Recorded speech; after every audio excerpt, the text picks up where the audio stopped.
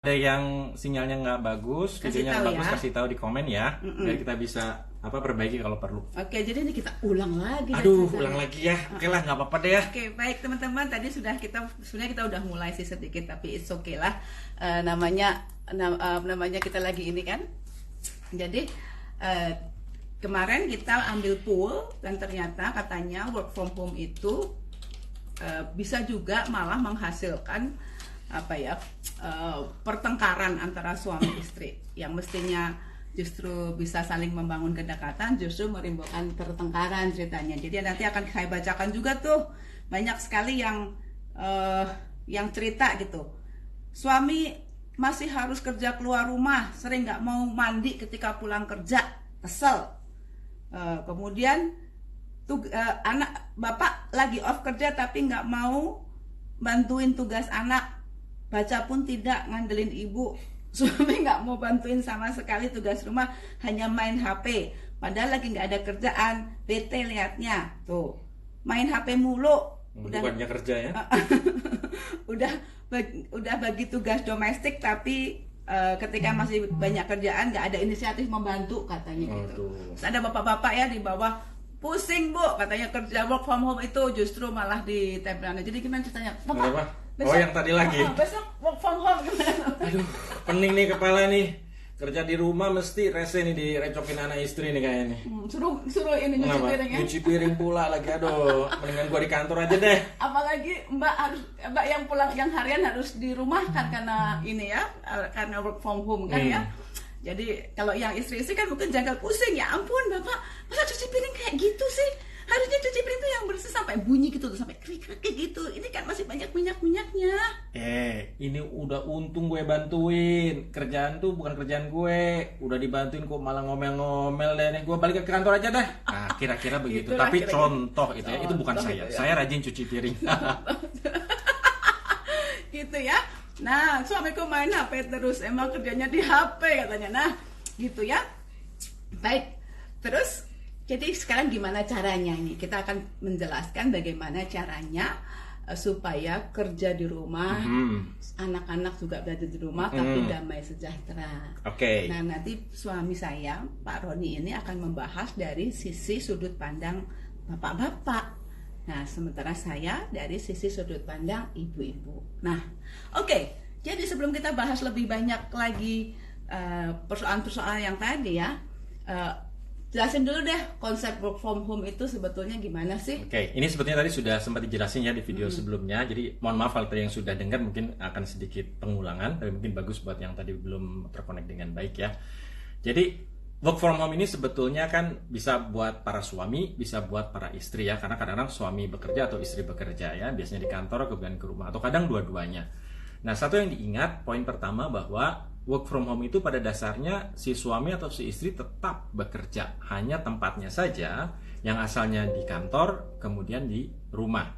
Jadi masih tetap ada responsibility, ada workload, ada deadline yang harus ditepati, ada meeting-meeting yang harus diikuti, semuanya itu tetap masih ada. Dan sekarang dengan perkembangan teknologi memang internet yang kencang, cloud akses, semuanya bisa dilakukan dengan jauh lebih baik. Artinya kalau misalkan pasangan kita biasanya kerja di kantor, kemudian sekarang kerja di rumah, kita tidak bisa juga dong mengharapkan pasangan kita itu menghandle katakanlah seharian urusan rumah atau urusan anak, karena dia masih memiliki tanggung jawab untuk bekerja ya, sebagai seorang karyawan, sebagai seorang bos, sebagai seorang guru atau apapun profesinya, dia tetap harus ada responsibility yang harus dilakukan. Itu poin pertama. Contohnya kayak Bapak kan jam 8 sampai jam 5 mostly memang hanya di saat-saat tertentu bisa break kayak jam 10, jam 12, jam 3 memang ada momen untuk break, kecuali memang kayak kemarin waktu Rangga tiba-tiba ada tugas kan yang Daddy, your child come first. Ya, jadi poin kedua Bapak Ibu ya, sebetulnya yang namanya kerja itu kan nggak ada yang kaku atau rigid banget bahwa saya kerja jam 8 sampai jam 6 atau jam 5 saya harus mantengin komputer terus-terusannya, enggak juga ya. Kalaupun Anda kerja di kantor kan tetap ada yang namanya break-break kecil ya, misalkan ngambil teh, kopi, ngobrol ke teman kantor yang kadang mungkin nggak ada hubungan dengan pekerjaan, sekedar untuk rilis sebentar sebelum memulai kerja, atau mungkin break sholat atau makan siang ya. Nah, sebetulnya break-break itu ketika kerja di rumah ya tetap ada dan kita bisa gunakan untuk berinteraksi dengan pasangan. Malah untungnya nggak ada jam pergi dan pulang kan. Jam pergi pulang yang biasanya mungkin kalau saya kurang lebih 1,5 jam ya pulang pergi, itu bisa saya gunakan waktunya lebih untuk dengan keluarga. Nah, karena kita work from home sebetulnya kan lebih fleksibel dibandingkan di kantor ya. Contohnya kemarin ketika anak saya tadi cerita, istri saya lagi ngerjain proyek sekolah ya, DT, Design Technology, dia mau bikin model mobil. Dia minta tolong saya, dia bilang, "Dad, your child come first." Oke. Kebetulan saya lagi kerja waktu itu, tapi tidak dalam situasi yang urgent. Makanya saya tinggalin kerjaan, kemudian saya bantu anak saya ngerjain itu sampai selesai. Setelah itu apa yang saya lakukan ya kembali ke kerjaan, karena saya lebih fleksibel sekarang.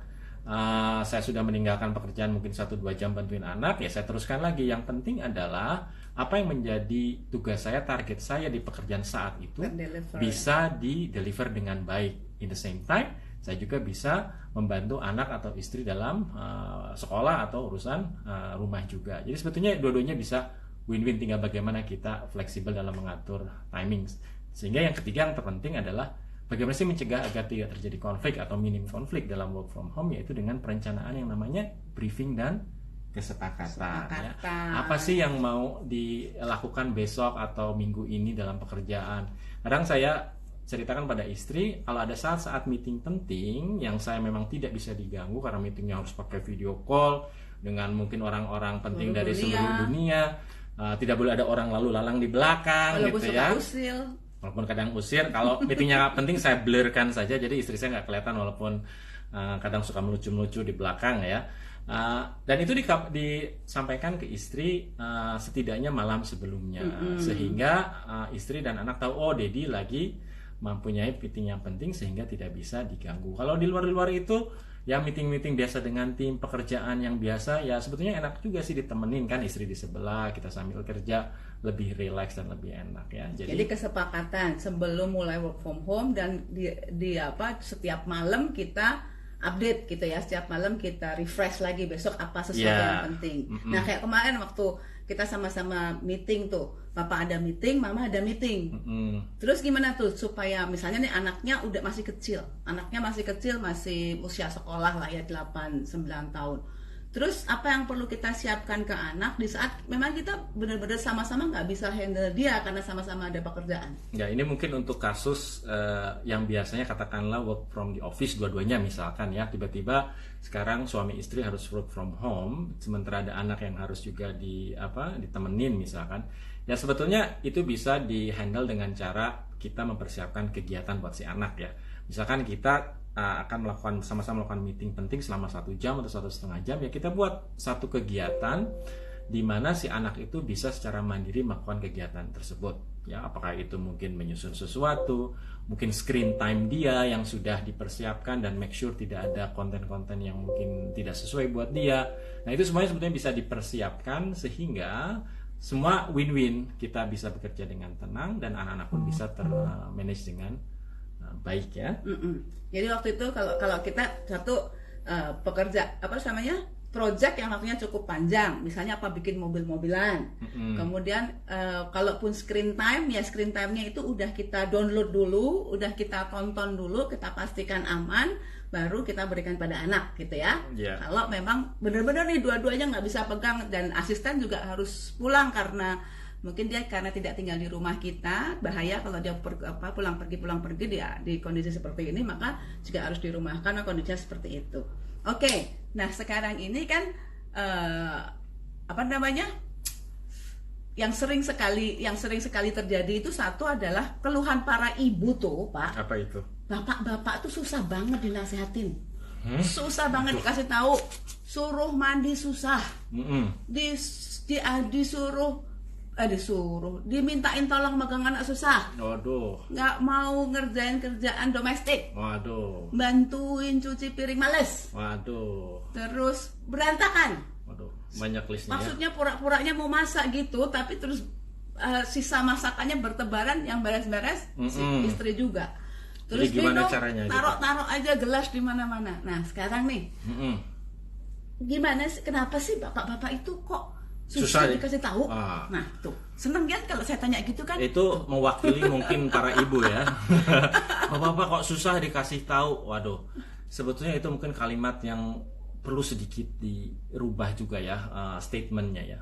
Bapak-bapak susah dikasih tahu itu udah jadi suatu kalimat generalisasi dan limiting belief ya. Mungkin orang teman-teman alumni IP atau TBS tahu persis bahwa kita seharusnya menghindari penggunaan kata-kata labeling, generalisasi terhadap pasangan ya, terhadap orang lain dan secara general, apalagi terhadap pasangan ya. Ketika kita bilang, wah suamiku susah dikasih tahu, maka yang terjadi adalah seperti mental block bahwa wah suamiku memang Tuh, susah. Sajadah nggak mau ngelipet. Waduh, nanti saya kasih tahu Mas Oki ya itu ya. Nggak boleh nyebut nama. Salah. Oke, apa tadi saya bilang? Oke, jadi gimana caranya biar suami mau dikasih tahu? Bapak itu, bapak kan kalau dikasih tahu. Harusnya mama dong yang cerita gimana caranya ya. Bapak dulu. Oke.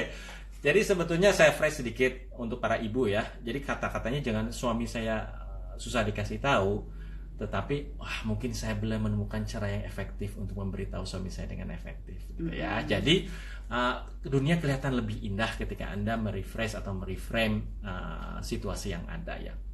Jadi gimana caranya Bapak Ibu ya?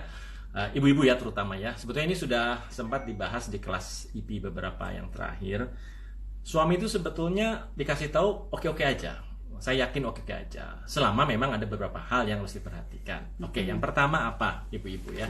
Yang pertama, yuk kalau ibu-ibu ngasih tahu para suami itu dilakukan secara spesifik ya, ada datanya, ada logikanya gitu. Jadi jangan wah kamu nih susah diatur. Wah, kayak labeling seperti itu tidak akan membuat permasalahan selesai. Karena dia itu hanya akan membuat sang suami defensif dan mungkin emosi ya. Jadi yuk kalau misalnya mau menegur atau menasihati atau ngasih tahu, dikatakan sebetulnya secara spesifik apa sih perilakunya yang Anda concern. Kemudian kalau dia melakukan seperti itu apa sih akibatnya, logikanya ada gitu ya. Contoh misalnya kayak gini nih yang tadi? Suami saya tidur, bangun, makan, pegang HP, ulangi lagi gitu katanya. Gitu aja terus. Gitu ya. Tidur, bangun, makan, pegang HP. Nah itu juga mungkin harus di generalisasi juga ya. Shutdown sedikit ya. Tidurnya berapa lama sih? Main HP-nya sih berapa lama sih? Kemudian kalau misalkan udah ketahuan, ya Anda ungkapkan dengan spesifik. Kemudian Anda akan bilang dengan dia berlaku seperti itu, apa sih yang terjadi akibatnya? Oh mungkin anak Anda tidak memiliki waktu yang cukup, misalkan berinteraksi dengan ayahnya. Bapak kan ingin dekat sama anaknya kan, gitu kan? Jadi ada logika, ada data di situ. Itu nomor satu. Nomor satu ada data yang spesifik ya. Nggak boleh bilang, Bapak nih tidur terus, Bapak nih selalu berantakan, Bapak nih nggak pernah mau mandi. Nggak boleh gitu kalimatnya ya. Jadi kalimatnya, Pak, tadi kan Bapak udah tidur 1 jam ya. Boleh nggak sekarang bantuin gini gitu kan ya. Sama tadi ada pertanyaan yang suaminya pulang masih kerja kan, nggak mau mandi kan, bisa disampaikan dengan kalimat yang spesifik. Pak, Mama lihat Bapak habis pulang itu langsung geletakan, padahal kan Bapak habis di kantor mungkin ada virus-virus yang nempel, sebaiknya Bapak mandi dulu, kan nggak ingin kan nanti kalau keluarganya sakit, misalkan seperti itu. Ada spesifik, ada logikanya. Jadi spesifik, terus kalimatnya juga enak didengar ya. Yang kedua itu yang tadi santun ya. Jadi nggak ada orang, para suami yang mau dikasih tahu istrinya dengan cara yang kasar ya. Diomelin. Semakin si istri itu mengomel, saya jamin semakin sulit si suami itu, semakin nggak mau suami itu mengikuti keinginan istrinya ya. Jadi nggak ada ceritanya dikerasin itu bakalan nurut, suami pasti akan cenderung untuk reject, cenderung akan nggak mau. Sehingga sampaikanlah saran, sampaikanlah masukan, nasihat dari sang istri kepada suami dengan cara yang santun gitu ya. Tadi susu saya. Itu lagi. Oke. Jadi kalau di kelas saya kalau di kelas saya sering menyepertikan ya, kita tahu bahwa yang namanya Firaun aja yang luar biasa sombongnya, yang luar biasa kejamnya terhadap orang lain, Allah masih menyuruh Nabi Musa untuk melakukan dakwah itu dengan qaulan layyina, dengan bahasa yang lemah lembut gitu ya. Jadi demikian juga dengan kita, dengan pasangan kita, kita melihat sesuatu yang nggak benar, ya kita sampaikan, kita ingatkan, tapi dengan bahasa yang lembut. Nah, kenapa dengan bahasa yang lembut? Sebetulnya kalau saya boleh mengutip sedikit, di dalam Quran itu disebutkan la'alahu yatazakkaru, biar dia ingat, si Firaun itu biar dia ingat tentang apa yang disampaikan oleh Nabi Musa. Dan Jadi yang kalimat menariknya, yang lembut justru membuat orang itu ingat. Kalau kalimat yang kasar bikin orang defense, betul, dan tet, ingatnya itu juga masya Allah dalam fiil, dalam kata kerja di dalam Quran itu yatazakkaru, bukan yazkuru ya, artinya ingat yang terus menerus. Jadi kalau kita melakukan mengingatkan pasangan dengan bahasa yang lemah lembut, insya Allah efeknya itu akan lebih permanen daripada misalkan diomelin ya. Jadi itu yang nomor 2. Oke. Nah, yang nomor 3 yaitu adalah bagaimana kita membangun kedekatan dengan pasangan ya. Orang itu pasti akan cenderung nurut sama orang yang disukainya. Betul ya? Jadi Bapak suka dong sama suka banget. Jadi kalau misalkan Anda mungkin masih ingat zaman-zaman pacaran atau PDKT dulu, disuruh nyemplung sungai aja pasti mau kali ya. Kenapa? Karena cinta banget ya, suka banget ya sama si calon istri atau ya calon suami, nggak mungkin istri nyemplung sungai ya. Jadi kuncinya adalah jadilah kita sebagai seorang sosok pribadi yang menyenangkan buat pasangan, yang dicintai oleh pasangan, sehingga apapun yang kita sarankan, insya Allah pasangan kita akan mudah untuk menerimanya ya. Kalau dalam teori komunikasi persuasi ini namanya likeness, orang akan cenderung mengikuti apa yang dia sukai. Contoh, kalau Bapak kok bisa menyukai itu apa saja yang menurut Bapak bisa ngena banget sehingga menyukai pasangan? Oke, jadi contoh kecil aja ya. Kalau masalah sudah melahirkan, mengandung, membesarkan anak mendidik, itu kayaknya semua mungkin sudah kurang lebih sama. Contoh-contoh kecil misalkan saya kan suka sekali kerupuk sama emping ya. Mungkin teman-teman saya tahu, banyak yang tahu. Maka istri saya tidak pernah lupa menyediakan di meja makan sekaleng kerupuk dan sekaleng emping. Dan saya maunya dua-duanya, tidak hanya tidak atau, tetapi dan ya, kerupuk sama emping. Nah, kemudian juga istri saya tahu sekali kalau saya itu sangat suka yang namanya kacang Bandung. Makanya, dan kacang Bandung itu susah untuk dicari kecuali di Jakarta atau di Bandung. Kalau di Jogja itu susah banget. Makanya kemarin ketemu di Superindo itu ya, istri saya sampai ngantri setengah jam, dan saya betul-betul appreciate karena itu saya seneng banget gitu ya. Sesuatu yang beliau senang, saya tuh nggak senang. Saya nggak senang kerupuk, saya nggak senang emping, saya nggak senang kacang Bandung. Nah, jadi berarti istri saya betul-betul memang ingin menyenangkan saya, walaupun sebetulnya beliau sendiri tidak suka hal tersebut, dan itu sebetulnya hal-hal yang penting ya dalam hubungan dengan pasangan. Yang terakhir kemarin waktu ulang tahun ya, berapa hari yang lalu kita mau pesan nasi kuning, pengen nasi kuning, ternyata pada tutup semua karena lockdown di Malaysia, dan ternyata istri saya membuatkan nasi kuning yang luar biasa, meskipun yang enak banget. Nasi kuningnya seumprit, lauknya yang lauknya banyak ya. Jadi ya, itu adalah hal-hal yang kita lakukan untuk pasangan, yang membuat pasangan kita betul-betul sayang dan menyukai kita, sehingga apa yang kita sampaikan itu pasti akan cenderung untuk didengar. Jadi nomor 3 itu ya. Terus nanti saya tanya, masih inget nggak? Nomor 4 yang terakhir adalah yuk kita tuh peka terhadap apresiasi dulu. Apa ya? Ada kemajuan kecil. Oh ya, itu bagian dari membangun kedekatan ya. Nah, sebetulnya kan tadi kan ada ibu-ibu komplain, wah ini kalau beresin nggak beres, kalau cuci piring mungkin nggak bersih ya, atau malah bersih-bersih terus sambil ngomel, ini suamiku bersih-bersih terus sambil ngomel, gimana sih ini nggak beres selama ini, ternyata nggak bagus nih kerjaannya di rumah, nih aku lihat di rumah jadi nggak keruan gitu. Jadi sebetulnya Bapak Ibu ya, Bapak Ibu, kuncinya adalah yuk mari kita mengapresiasi apa yang dilakukan pasangan kita, walaupun mungkin kadang masih belum up to our standard ya. Kayak saya misalkan bersihin kamar tidur pasti tidak akan sebersih istri saya, tapi kalau saya bersihin tempat tidur, istri saya pasti mengapresiasi, wah rajin bapak segala macam. Walaupun habis itu sama istri saya dibener-benerin lagi ya sudahlah. Tapi diam-diam. Jadi kalau bersihin tempat tidur kan nggak ditarik yang sampai kenceng gitu kan sebetulnya. Tapi saya bilang makasih ya udah bersihin tempat tidur. Meskipun nanti sambil nempel apa tuh lemari ya kan, sambil pura-puranya narik set gitu. Tapi nggak kelihatan. Ya kelihatan juga sih ya. Ya nggak apa-apa. Artinya sang suami itu kalau diapresiasi pasti senang ya, dan itu akan memfasilitasi perubahan yang lebih baik dari sang suami. Anda bayangkan kalau misalkan jadi kalau di suami sambil bersih-bersih ngomong-ngomong malah diapresiasi, aduh terima kasih ya Pak, gitu ya caranya benerin yang bener itu ya, aku jadi tahu sekarang. Gitu kan pasti berhenti tuh ngomelnya, pasti malah digituin ya. Kalau nggak malah dicium-cium, makasih udah beresin yang kemarin-kemarin nggak beres gitu kan. Coba role playing cium.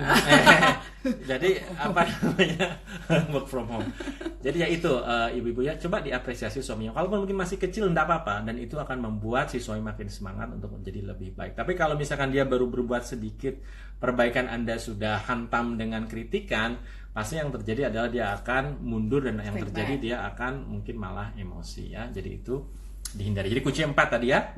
Satu, data spesifik. Santun. Yang kedua, santun. Kedekatan. Yang ketiga, kedekatan. Yang keempat, ketajaman indera. Belum ya, ketajaman indera ya. Jadi begini, Bapak Ibu ya. Tadi yang apresiasi itu bagian dari kedekatan. Kalau misalkan suami pulang dari kantor masih keringetan, kemudian Anda menghujaninya dengan perintah, dengan omelan, dengan saran-saran, dapat dipastikan bahwa sang suami pasti mesti akan apa nih gitu. Gua tuh pulang capek, pengennya damai for time being, sekarang tiba-tiba dapat cerocosan kiri kanan. Yang terjadi adalah emosi si suami pasti akan naik, kecuali suami-suami yang sudah lulusan IP ya, tahu gimana. Kalau IP udah manis-manis, tahu yang ngerti apa caranya disosiasi, kemudian anchor dan segala macamnya untuk mengelola emosi. Nah, seandainya suami tidak mempunyai skill-skill itu, pasti akan mudah untuk emosi. Jadi sang istri itu lebih peka melihat situasi mood dari sang suami. Ketajaman indera ya, salah satu pilar dari perubahan sebetulnya di IP diajarkan. Kasih minum dulu, kasih teh anget. Kalau Bapak sih, saya sukanya teh anget nggak pakai gula soalnya. Nah, apa yang terjadi ketika dikasih teh anget, diperhatikan itu, maka dia akan berubah memiliki state emosi yang jauh lebih tenang. Sehingga apa yang disampaikan dengan cara yang tadi santun dan segala macam, maka itu akan lebih mudah si suami untuk mencerna dan menerimanya. Karena sebetulnya selama yang disampaikan itu masuk akal, baik, santun, dan memang ada logikanya, pasti suami itu mau kok gitu. Sebetulnya yang sekarang yang banyak terjadilah karena caranya mungkin kurang pas, sehingga suami lebih mengedepankan egonya dan mengatakan tidak. Walaupun sebetulnya dalam hatinya bener juga sih yang dibilang istri gue gitu. Tapi karena ngapain gue nurut, ngomongnya aja kayak gitu kali ya. Udah gue capek-capek cari duit. Jadi itu yang mungkin perlu diperhatikan para istri. Sebetulnya ini both ways ya, ketika suami ngasih tahu istri pun sebetulnya sama aja, tapi karena ini kebanyakan situasinya istri yang mengeluh tentang suami, maka saya membahasnya seperti itu. Terus mungkin juga karena kita punya prinsip we don't sweat for the small thing. Kita tuh nggak ngeributin barang-barang resek gitu ya kan. Maksudnya kalau ada gelas di meja, ya udah tuh ya tinggal siapa yang lewat ambil aja gitu, taruh di belakang. Nggak sesuatu yang nggak membuat masuk neraka, sesuatu yang nggak beresiko masuk neraka, kita nggak ribut-ribut amat gitu, kita nggak terlalu mikirin. Ada apa misalnya handuk taruh di tempat tidur, ya kalau kita lewat ambil aja gitu kan ya. Toh nggak susah-susahnya. Ya, kemarin di kamar saya ada gelas 4 biji, ya sebagian dari istri saya, ya nggak apa-apa, saya ambilnya, saya taruh di dapur ya. Jadi Bapak Ibu, sebetulnya dalam membina rumah tangga kan kita sudah bicara ya kalau di kelas LIPI mengenai kesamaan visi dan misi. Jadi grand blueprint keluarga ini sudah punya patokan-patokannya, tujuannya itu sudah ada. Nah, orang itu kan nggak mungkin 100% sama ya, karena ya memang dibesarkan dengan mungkin cara yang sedikit berbeda, exposure-nya lain-lain, sehingga pasti akan ada sedikit perbedaan kebiasaan satu sama lainnya. Tapi selama itu bukan hal yang fundamental, bukan hal yang maksiat, bukan hal yang menimbulkan dosa, kan sebetulnya kita saling compromise ya. Apa sih yang kita bisa terima dari pasangan kita, dan bagaimana juga kita bisa memenuhi apa yang menjadi harapan pasangan kita. Sebisa mungkin compromise sehingga ketemu di tengah-tengah, karena masing-masing mungkin punya standar, punya patokan atau sikap yang sedikit berbeda tentang hal-hal kecil. sekali lagi tentang hal-hal kecil. Tapi kalau untuk urusan yang fundamental ya kita semua sudah sejalan, sehingga nggak usah ribut deh kalau urusan. Nah itulah pentingnya urusan kayak punya yang visi kecil-kecil. misi value keluarga kan. Iya. Karena kita udah punya itu, maka otomatis yang kecil-kecil jadi nggak kelihatan karena kita punya tujuan yang lebih besar dalam membangun keluarga itu, gitu kan ya kira-kira. Ya kalau misalnya masalah kejujuran ya jelas kita harus selalu jujur. Tapi kalau masalah tempat tidur kadang kurang rapi sedikit, ya kita saling mengisi saja, nggak usah diributin. Gitu, Iya. Kalau kita malas beresinnya, ya nggak usah diberesin, ya apa-apa juga gitu kan. Kemudian, nah ini tadi katanya work from home tuh banyak suami yang itu minta berhubungan terus gitu. What? Kita berhubungan. serius pertanyaannya gitu. Padahal kan capek, Masalah apa anak ini? nempel. Oksitosin ya? Oksitosin. Waduh, oksitosin. Ini jagonya oksitosin ini ada beberapa orang ya. Siapa aja ya? Cak Nun, Kang Teja, sama Pak Surya ya. Mungkin di sini nggak ada. Ada, Pak Surya. Ada ya. Jadi begini, sebetulnya satu. Ya, ini mungkin teman-teman dokter bisa kasih komen kalau ada yang kekeliruan. Oksitosin itu sebetulnya bagus ya. Apalagi dalam sekarang kondisi coronavirus ini ya. Imunitas itu sangat diperlukan, imunitas yang kuat. Dan oksitosin itu bisa meregulasi sistem ketahanan tubuh atau imunitas seseorang ya. Nah, oksitosin itu apa sih sebetulnya? Itu adalah hormon yang diproduksi ketika kita misalkan berpelukan dan lain-lain gitu, karena nanti yang nonton nggak tahu ketika siapa loh. kita pegangan, makanya kita Dan lain-lain kita pokoknya. disebut namanya kan cuddle hormone atau love hormone ya yang akan diproduksi gitu kan. Nah, apa tadi yang lain-lain Dan lain-lain dan lah. burst ya yang paling besar keluarnya. Yang nonton itu belum tentu umurnya. Belum tentu ya. Oke lah. Pokoknya gitu Yang lah itulah ya yang tadi yang disuruh berulang-ulang gitu ya. Kalau saya sih seneng ya kalau disuruh berulang-ulang. Yang apa namanya? Tapi kan anak-anak gimana? Apanya? Anak-anak kan di rumah, gimana tuh Pak? Ya tinggal diatur aja kan tadi udah dikasih Nggak, tahu. gimana caranya ngasih tahu suami? Kalau istrinya bilang kalau ini misalnya nih ya, kalau kita sih nggak ada masalah ya. Tapi maksudnya kalau istrinya merasa dia capek, merasa dia anak-anaknya lagi ribet sama anak-anak, gimana sih ngasih tahu suami bahwa ntar dulu atau ini gimana anak-anak nih kayak gini, coba diatur dulu supaya kita bisa lakukan. Ya udah bilang, Mas, aku seneng loh kita ini punya banyak waktu untuk gitu. Tapi kita juga kan harus atur dulu biar anak-anak terurus dengan baik. Jangan sampai nanti misalkan anak-anak ngeliat atau nggak baik buat mereka, atau mungkin anak-anak ada yang belum makan belum terurus. Yuk kita schedulekan sehingga semuanya terurus dengan baik dan kita pun punya banyak waktu untuk gitu ya, misalkan. Oke, jadi suaminya juga suruh ikut mikir gimana supaya anak-anak teratasi gitu kan. Dan disampaikan aja terus terang ya. Sebetulnya juga mungkin satu ya. Itu kan sebetulnya untuk dinikmati ya. Jadi kalau misalkan ada sesuatu yang mungkin kurang pas itu mungkin perlu dibahas ya. Ini konten 17 tahun ke atas. Tetapi itulah sebetulnya pentingnya keterbukaan. Pokoknya keterbukaan ya. Lah. Kasih tahu ya. Aja kalau repot, kalau apa kasih tahu supaya dipikirkan bareng-bareng gimana cara mengatasinya. Jadi siap bareng-bareng gitulah ya. Gitu, betul. Sip, oke. Kalau ada keluhan apapun. Ganti topik. Nah, oke, terus. Apa lagi? Udah. Masih ada lagi. Nah, terus sekarang kalau ngeributin WA atau telepon dari orang ketiga mah itu bukan masalah work from home ya. Itu mah work di mana aja mungkin bisa terjadi kalau sama ya. orang ketiga mah ya itu persoalan ini. Kemudian soal sholat nih, malas sholat. Nah, malas sholat juga sama. Ini bukan karena semata-mata work from home sebetulnya ya. Ya, nomor satu gini, kalau pasangan kita itu malas sholat, itu sebenarnya kita udah tahu kok sebelum nikah, ya kan? Ya udah deh, kita udah milih yang kayak gitu kan, ya dinasihati aja terus. Rasulullah aja kan menasihati kaumnya juga enggak terus langsung nurut ya kan. Kalau kita udah tahu dia males sholat dari sejak sebelum nikah, terus nikah tiba-tiba just jadi solih kan juga nggak mungkin gitu. Itu kemungkinan satu. Kemungkinan yang kedua adalah tadinya dua-duanya sama-sama nggak rajin ibadah, dua-duanya. Tapi terus karena sekarang ini kan banyak kajian tuh ibu-ibu Pak, sehingga si ibu-ibu tuh makin solihah, makin banyak ngaji, makin solihah gitu kan. Suaminya ketinggalan, si istrinya udah makin banyak ibadahnya, suaminya ketinggalan. Nah ini jadi sebetulnya kalau ini ya tips dari saya, kalau kita udah maju duluan, kita udah banyak ngaji duluan, suaminya ketinggalan, ya udah usaha kita inilah jadi ladang pahala kita yang perlu kita yang perlu kita dakwahi lah ya, dengan sabar tadi. Apa tadi kuncinya? Qaulan layyina. Toh suami kita juga nggak akan kok ya lebih jahat dari Fir'aun ya kan? Ya inilah ladang pahala kita nasihati, kita ini nggak mau denger ya.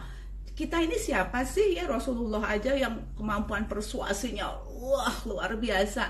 Nggak ada kok kaumnya langsung nurut semuanya ya kan? Bahkan pamannya juga nggak langsung nurut kan? Nah apalagi kita yang kemampuan persuasinya juga nggak hebat-hebat banget, yang akhlaknya mungkin juga nggak yang bagus-bagus banget. Rasulullah aja yang akhlaknya bagus banget, nggak semuanya orang ikut. Nah inilah ladang pahala kita. Pasangan yang mungkin kurang rajin beribadah, ya kita nasihati tadi dengan 4 cara tadi. 1, pakai data. Jadi jangan kamu nih kok nggak pernah sholat, atau kamu nih kok telat terus kalau sholat. Tapi lihat ya tadi subuh kayaknya sayang nggak sholat deh, nggak bangun deh, subuh doang kan. Kayak kemarin loh aku lihat itu Isya sholat. Jadi sebetulnya bisa kan mau dibangunin pakai cara apa? Mau dicium-cium pagi-pagi supaya masuk materi EP nih. Materi EP nih. Nah gitu ya. Jadi kita dakwahi dengan cara yang baik, dengan cara yang santun. Kalau nanti suaminya jadi rajin beribadah kan juga insya Allah jadi pahalanya kita gitu ya. Terus boleh tambahin nggak tadi yang poin pertama tadi ya? Kan tadi istri saya bilang tadi kalau suami malas ibadah sebetulnya udah kelihatan di awal ya. Jadi memang kuncinya yaitu sebetulnya kembali kepada cara memilih pasangan ya. Tapi ya udah, kita kan sekarang udah married mungkin ya. Kita harus mengusahakan dengan maksimum mengikhtiarkan apa yang kita hadapi sekarang. Nah, satu yang mungkin bisa dilihat adalah sejak kita menikah sampai sekarang, apakah kita melihat pasangan kita ini semakin baik, sama aja, atau semakin buruk gitu ya. Nah, jadi kita bisa melihat sebetulnya pengaruh kita, interaksi kita dengan dia itu membuat menjadi lebih baik atau tidak. Kalau misalkan mengeluh suami saya sekarang nggak mau, malas sholat. Nah kalau dulu pas kawin itu rajin sholat, berarti ada penurunan. Berarti mungkin kita harus introspeksi banyak gimana sih kita bersikap. Tapi kalau dari dulu aja mungkin nggak pernah sholat, sekarang sholatnya sedikit, ya sebetulnya sudah ada perbaikan, tinggal bagaimana kita melakukan perbaikan yang lebih baik ya. Jadi kita harus melihatnya juga relatif. Kita bukan tadi yang dibilang ya Nabi aja tidak bisa semuanya menginspirasi merubah orang menjadi orang yang soleh gitu ya. Apalagi kita manusia biasa. Yang penting adalah bagaimana kita, usaha kita, dan melihat bagaimana sejalan waktu pasangan kita menjadi lebih baik. Karena yang dinilai Allah itu kan usaha kita, bukan hasilnya. Hasil itu miliknya Allah ya kan. Kalau hasil itu miliknya kita, apa kabar gitu ya, Nabi Nuh gitu ya Pak ya. Gitu. Jadi karena suami bosen, jadi lebih milih main HP sama game. Istri kesel liatnya. Itu sama dengan ayo kita mereframe anak sudah 2 jam bermain game gitu ya.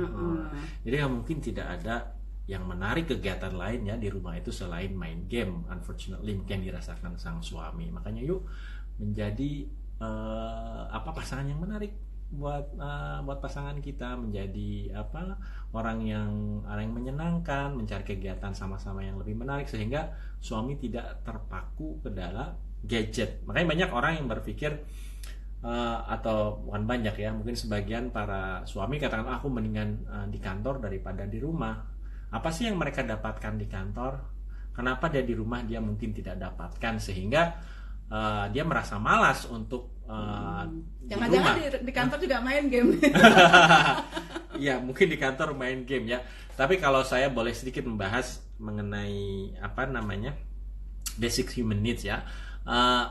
Orang itu kan sebetulnya ada kebutuhan-kebutuhan. Di kantor tuh kadang suami mungkin merasa lebih dihargai, merasa lebih diperhatikan omongannya, semua orang tersenyum dan berterima kasih kalau misalkan dibantu gitu kan. Ada needs yang terpenuhi ya di situ. Kita kemarin main monopoli sampai terkakak-kakak sampai ini ya. Kalau ngobrol nyambung sama orang begitu sampai ke rumah, misalkan si suami menghadapi istri yang cemberut, muji aja pelit gitu kan, dapat dibayangkan si suami pasti akan merasa lebih nyaman untuk tinggal spend waktu di kantor. Nah itu, wah kalau itu lebih menarik dari game yang dimainin istri terus dong, bukan game. Nah dipilih mana dong? Pilih main game apa pilih main sama istri? Wah menarik gitu ya. Ya kan, kalau kita suami main game ngeluh, suami deket sama kita ngeluh, terus kita maunya apa gitu ya? Kadang-kadang juga kita tuh harus tahu apa yang kita mau, jangan maunya suami nggak main game tapi ngosek kamar mandi gitu. Wah, itu bukan kerjaan mama ya kalau ngosek kamar mandi. Bukan pilihan yang menarik mungkin itu. Jadi kalau mengasih pilihan ke suami juga yang lebih menarik gitu ya, daripada main game, mending yuk kita ngisi oksitosin misalkan. Oksitosin lagi. Iya. Oke. Nah, udah apa lagi? Kerjaan rumah juga bisa bareng-bareng. Ya, kayak kita misalnya kayak kemarin ya, gantian siapa yang nyiapin sarapan, itu pakai kesepakatan kan? Iya, itu ada jadwalnya. Ada jadwal siapa nyiapin apa. Nah, kita kalau bulan puasa yang nyiapin sahur itu nggak selalu kita berdua, tapi juga anak. Ya kita kasih jadwal. Jadi, tapi kita nggak boleh ngomel, apapun yang dikasih sama orang yang bertanggung jawab pada hari itu ya kita makan ya. Mau pancake gosong kek, mau telur setengah matengnya kurang mateng, kematangan kek, ya udah kita mesti konsisten dengan keputusan yang sudah kita buat gitu. Terus ada lagi katanya, suami itu nggak mau diajak berkomitmen, nggak mau diajak bikin kesepakatan, baru mau diajak bikin kesepakatan aja udah kabur.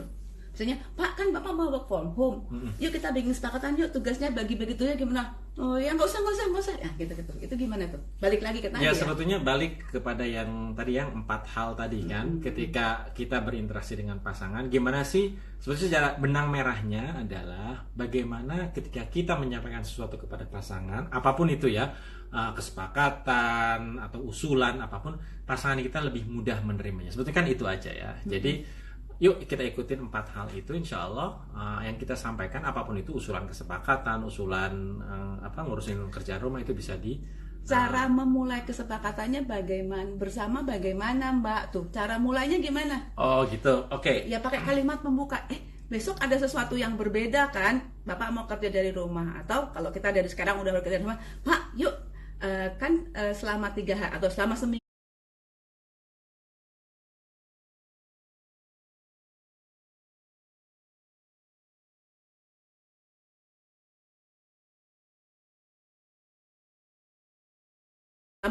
ini kerja dari rumah, kayaknya kita ada beberapa hal deh yang bikin nggak nyaman.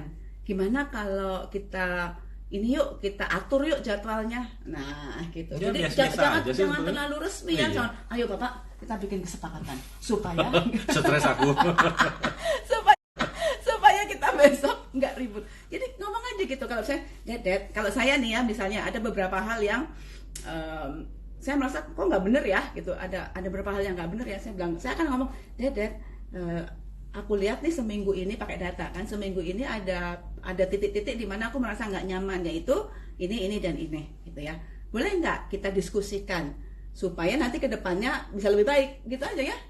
Jadi itu kan tadi istri saya contohnya, beliau menggunakan data, ngomongnya juga sopan gitu kan ya.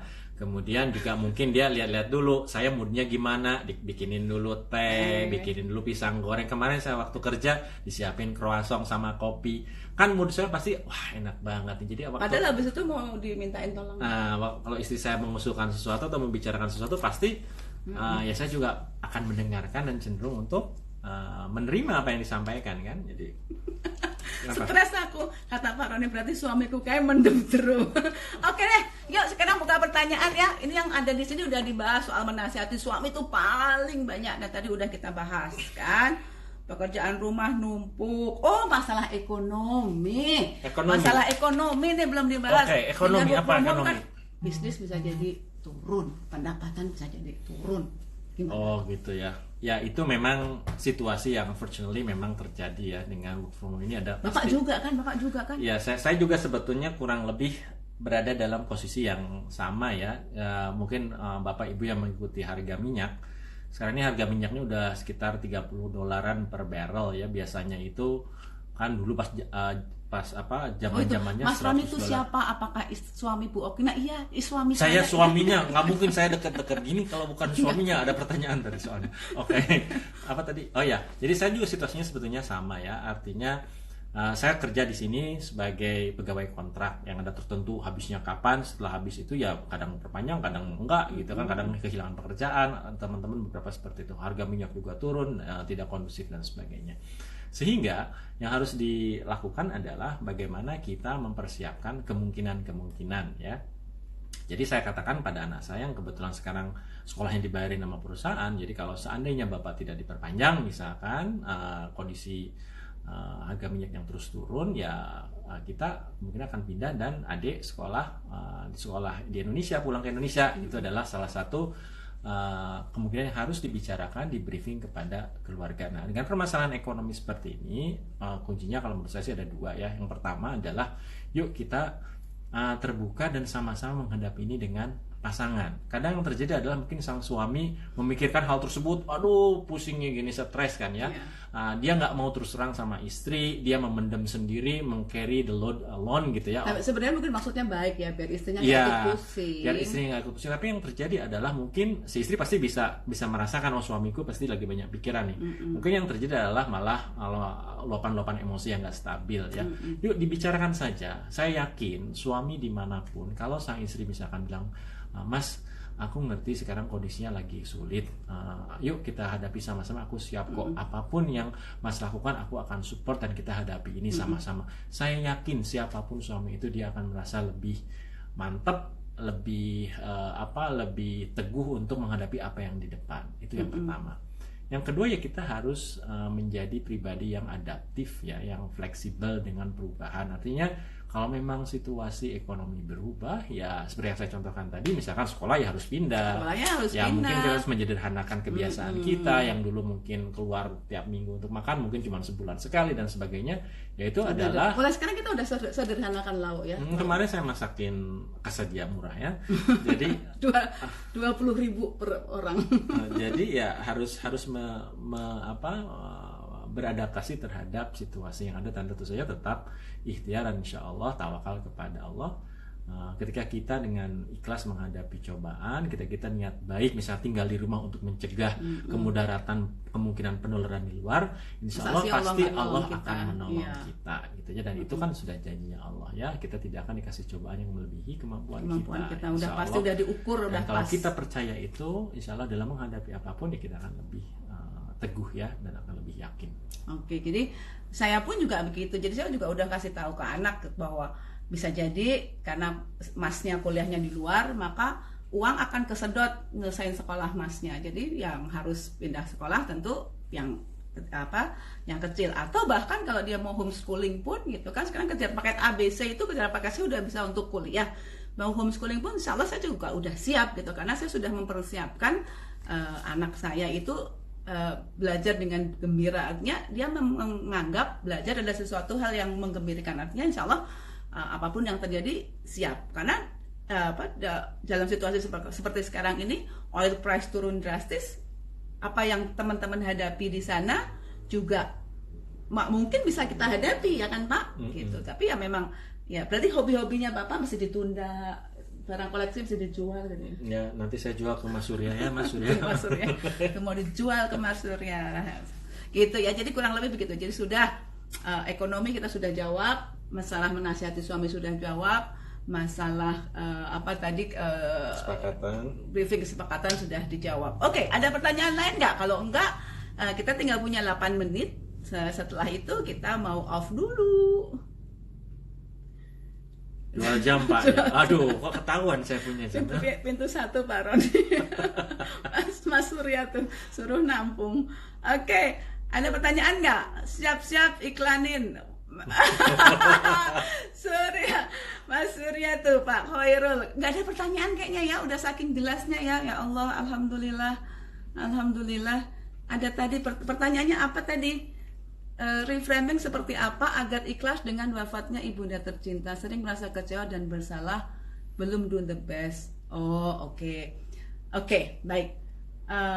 Nggak ada seorang anak pun yang bisa do the best kepada ibunya, kepada orang tuanya, itu udah janjinya Allah. Bahkan kita gendong pun orang tua kita itu pergi haji, nggak akan ada anak yang mampu melakukan yang terbaik, membalas apa yang dilakukan. Pasti akan ada kekurangannya. Nah, maka tugas kita sekarang adalah menaikkan derajat orang tua kita, yaitu dengan apa? Dengan terus mendoakan, kemudian amal kebaikan kita nih, apa yang kita lakukan insya Allah adalah hasil didikan orang tua kita kan. Jadi misalnya nih ya, kayak saya nulis buku gitu. Waktu saya nulis buku ya saya niatkan, ya Allah, apabila buku ini nanti insya Allah bermanfaat, maka ini pahalanya juga akan ke bapak saya. Bapak saya juga sudah meninggal ya. Bapak saya yang mendidik saya, bapak saya yang mengilhami, jadi merinding, yang mengilhami saya menulis buku, karena beliau juga menulis buku kan, karena beliau dosen. Jadi beliau yang tengah malam ketik itulah yang menggerakkan tangan saya ketika saya menulis. Jadi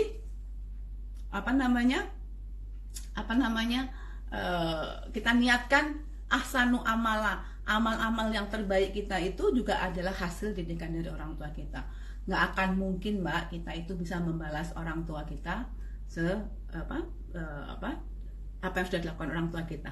Apa tadi pertanyaannya? Ada beberapa pertanyaan. Bagaimana cara memahami kekurangan suami atau membuat diri bisa memakai kekurangan suami, sedangkan kekurangannya tersebut sering membuat istri malu? Gimana tuh kekurangan yang membuat istri malu? Jadi bagaimana memahami kekurangan suami, padahal kekurangan suami itu sering membuat istri malu gitu. Apa ya kekurangan suami yang bikin istri malu tuh contohnya? Aku suami sempurna, jangan-jangan. Kentut, suka kentut. Apa ya? Oke. Sebenarnya kentut. Yang lain dong, contohnya masa kentut. Yang lain. Habis apa dong? Dia kalau beliau tuh kalau kentut tuh suka di depan sengaja dut gitu kan. Ya ini kan di depan orang lain, kata Mbak tadi. Apa perilaku? Apapun lagi nih. Contoh bayangin aja kalau ada gimana gitu. Oke. Nomor satu adalah kita itu nggak boleh sombong. Sombong itu nggak mencium bau surga. Jadi suami kita punya kekurangan itu pasti kita juga punya kekurangan kan, gitu. Jadi nggak mungkin suami kita itu punya kekurangan dan kita merasa kita udah hebat banget. Kita merasa sampai malu itu karena kita udah hebat banget.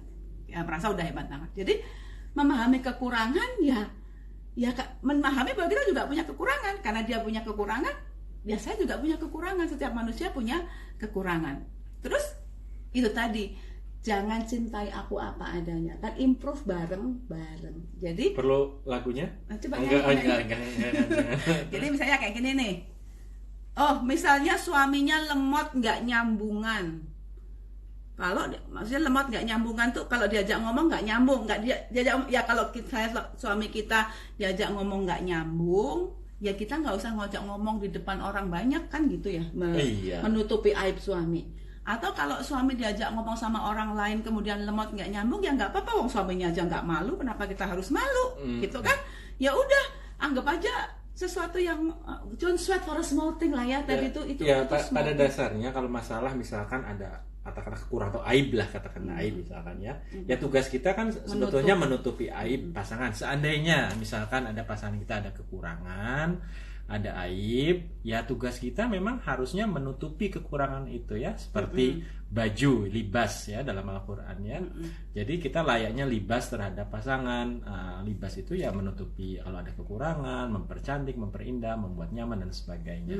Jadi kalau ada kekurangan dan itu ya kita tutupi kekurangan pasangan kita. Betul. Di depan orang ya. Kita bicara di depan orang. Bahkan kalau di depan mertua itu kita dulu ada kesepakatan untuk saling branding ya Pak ya. Jadi saling menceritakan kebaikan pasangan kita. Saya sering banget ceritain kebaikan suami saya. Makanya suami saya jadi mantu kesayangan kan di rumah. Gitu juga suami saya melakukan hal yang sama tentang saya gitu. Jadi bagi mertua saya juga terpercaya gitu loh, dipercaya oleh mertua saya karena kami saling nge-branding. Terus tadi frekuensi beda, sebenarnya nggak ada manusia yang frekuensi berbeda. Manusia itu mengapa kita berbeda? Karena kita nggak mau nyamain. Kita merasa kita lebih hebat, lalu kita nggak mau menyamakan dengan frekuensi dia. Mengurangi cemburu berlebihan ke suami saat kerja. Soalnya suami gampang banget berbau dan kalau saya sih malah bangga. Betul. Gimana? Jadi coba jadi kan waktu itu suka apa, anak buahnya apa suka bilang, Pak Roni, do you have any brother, gitu kan. Tapi ya itu kan nanya adik, bukan ya, sama ya bapak. maksudnya kan artinya bapak tuh baik, pasti adiknya juga baik kan, gitu kan. Gitu. Terus tapi gini sebenarnya, masalah perilaku suami itu tuh tanggung jawabnya suami sama Allah. Udah, tugas kita adalah berperilaku sebaik-baiknya, melakukan sebaik-baiknya. Kalau suami nauzubillah ya mau maksiat, mau jahat di luar sana, itu tanggung jawab dia sama Allah. Bagi saya, sesuatu yang tidak menyebabkan saya masuk neraka, yang tidak meresikokan saya masuk neraka, saya nggak pikirin. Kalau itu bikin si suaminya sana ya nggak boleh sini, suaminya sana yang beresiko masuk neraka, ya udah itu urusannya dia sama Allah. Yang penting saya sudah dititipin amanah suami yang alhamdulillah baik. Alhamdulillah. Maka saya perlakukan sebaik-baiknya, saya rawat sebaik-baiknya. Perkara perilaku beliau di luar sana, itu tanggung jawabnya beliau sama Allah. Yang kita lakukan adalah yang terbaik, yang kita berikan adalah yang terbaik. Kalau kita doakan juga suami kita supaya tetap ada di jalannya Allah.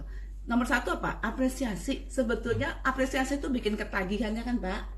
Bikin kalau kata ini, bikin kalau kita memenuhi 3 kebutuhan dari addicted. Bikin addicted. Kita bikin suami kita tuh addicted dengan kita. Dengan apa? Pahami kebutuhannya beliau, lalu kita penuhi kebutuhan beliau. Misalnya apa? Kebutuhan suami saya pertama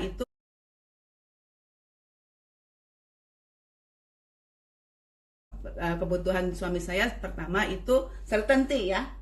Certainty pasti. Jadi saya kalau misalnya beliau tuh suka ke airport tuh early, sementara saya enggak, karena saya sering pergi, maka saya tahu banget waktu yang pas untuk ke airport tanpa terlambat. Tetapi kalau sedang sama beliau, saya ngikutin maunya 2 jam, hayu atulah 2 jam gitu ya, karena beliau itu certainty. Schedule saya selalu kasih tahu saya ada di mana, jam berapa, ngajar di mana, supaya beliau merasa aman, merasa nyaman. Kalau saya rupa lapor tuh suka ini nih, ayo udah sampai mana, belum ngasih tahu, oke saya lapor. Oke, 2. Terus kemudian yang kedua itu signifikan ya, growth ya. Love connection. Love and connection. Beliau itu love and connection. Jadi saya emang modelnya tuh suka ngelus ke suami, suka mijit-mijitin, suka memuji, hal-hal kecil lah, hal-hal kecil saya apresiasi. Apapun, ngambilin minum saya apresiasi, makasih ya udah ngambilin minum, gitu ya. Pokoknya apapun lah yang mungkin bagi orang lain itu hal yang biasa, saya apresiasi. Terus growth ya. Growth ya, jadi contribution ya. Jadi kalau beliau ini tuh suka bantuin orang. Jadi kalau misalnya yang pegang ATM kan saya. Jadi kalau beliau bosan misalnya, kirim uang segini buat siapa temanku, gitu. Ya, saya kirim saat itu juga gitu. Kecuali saya memang lagi ngajar atau saya lagi kerja, ya pasti akan once itu ada di kepala akan saya kirimin tanpa bertanya untuk apa, siapa, kenapa. Saya tuh yakin banget suami saya pasti udah mikirin kalau beliau udah niat bantu orang, pasti udah mikir resikonya gitu kan ya Pak ya. Ya jadi apa yang beliau perintahkan untuk bantu ya udah saya bantu, lillahi ta'ala. Gitulah ya kurang lebih. Kalau dari sisi suami nih ya, tadi kan pertanyaannya gimana? Ya sebetulnya kurang lebih sama, tapi intinya begini. Kalau kita sudah menjadi seorang istri yang memang memenuhi sebagian besar dari kebutuhan si suami itu nggak akan ngelihat lain-lain kok sebetulnya ya. Nggak, ini serius, ini bukan main-main ya. Dan itu ada penelitiannya juga ya, kalau Anda buka itu Profesor Carol Rusbult itu menulis tentang komitmen, marriage commitment ya, bahwa option di luar itu memang banyak gitu ya. Yang namanya orang kerja di kantor pasti ketemu cewek-cewek lain, itu biasa. Cantik, itu muda itu lagi macam-macam. Tetapi segimana sih performance kita sebagai seorang istri dalam berinteraksi dengan suami, itu juga sangat penting. Apa memang semua kebutuhan suami itu sebagian sudah terpenuhi katakan, sehingga udah di luar maupun seperti apa ya dia nggak akan begitu peduli karena di rumah dia memiliki complete package lah katakanlah ya. Dan sebetulnya satu maksiat memang nggak boleh ya main-main di luar itu dengan konteks sebagai apa dosa maksudnya jelas nggak boleh. Kalaupun misalkan mau menikah lagi pun itu juga sebetulnya kita mau bahas ini nggak ya? Itu nanti pada kaget. Ya nggak apa-apa kita bahas sedikit aja. Menikah lagi pun sebetulnya kan itu bukan suatu hal yang Main sederhana game tadi udah ya. dijawab, nanti diputar ulang aja. Bukan hal yang sederhana ya. Jadi di situ ada bagaimana dia harus mengurus keluarga yang baru, tanggung jawab dia sebagai seorang suami dan ayah di keluarga yang baru. Itu semua itu sebetulnya cukup kompleks gitu. Kalau yang satu aja nggak bisa di manage dengan baik, apalagi ngapain dia mikirin nambahin cawangan, nambahin cabang gitu ya. Jadi kecuali kalau memang dia memiliki problem mungkin dengan keluarga yang sekarang, insya Allah sebetulnya suami tidak akan macam-macam selama hubungan komunikasi dengan istri itu baik ya. Dedek lo kalau bahas itu. Kenapa? Dedek kalau bahas ini. Sebenarnya itu mesti panjang. Kita sebagai istri kan yang salah, dikoreksi, kita sebagai suami. Kita sebagai istri. Iya. Iya. Teman-teman, ini udah 1 jam lebih 8 ya? menit. Jadi kalau teman-teman senang ngajakin Pak Roni live itu bukan hal yang mudah. Beliau Instagram aja nggak punya. Tadi ngelas tuh gimana sih mah, mesti ngapain? Ya, jadi ini kalau nanti teman-teman senang dengan materi yang kita berikan, dirasakan bermanfaat, yuk bikin summary-nya yuk, biar beliau juga baca bahwa ini tuh ada manfaatnya. So kita nggak cuma sekedar gaya-gaya di depan kamera, tapi memang ada manfaatnya. Insya Allah membantu banyak orang. Insya Allah nanti kapan-kapan kita bikin lagi. Tapi ini karena udah 1 jam, kita juga udah haus ya, Dad ya. Jadi kita sudahi dulu lah ya. Insya Allah live ini akan disimpan. Nanti saya juga akan akan kita simpan. Gimana disimpan 24 jam atau disimpan seterusnya? Bisa nanti saya akan tanya deh teman-teman yang lebih canggih dalam urusan perlivean ini, nanti akan mengurusnya. Oke, terima kasih banyak. Terima kasih. Maaf lahir batin tadi ya kalau ada salah-salah kata. Terima kasih perhatiannya, pertanyaannya. Kalau ada yang perlu disensor. Nanti kapan-kapan kita bicara lagi yang lain. Assalamalaikum. Assalamualaikum.